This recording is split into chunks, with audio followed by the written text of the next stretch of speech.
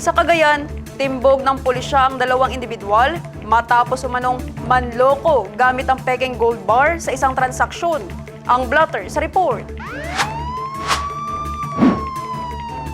Arestado ang dalawang sospek na kinilalang sina alias Vincent at alias Roger, kapwa-residente ng Barangay Sentro 7, Claveria, Cagayan, matapos ireklamo ng mga biktima kaugnay sa umunoy peking bentahan ng ginto.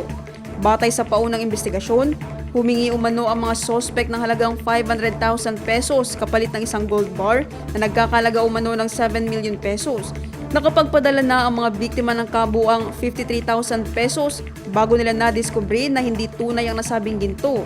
Agad nagsagawa ng operasyon ng mga tauhan ng Claveria Police Station na nagresulta sa pagkakaaresto ng mga sospek.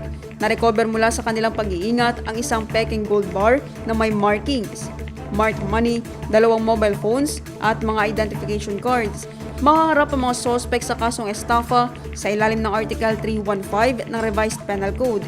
Iniimbestigahan din ng mga otoridad ang posibleng pagkakasangkot ng mga sospek sa kahalintulad na transaksyon sa ilang bahagi ng Isabela para sa posibleng dagdag na kaso.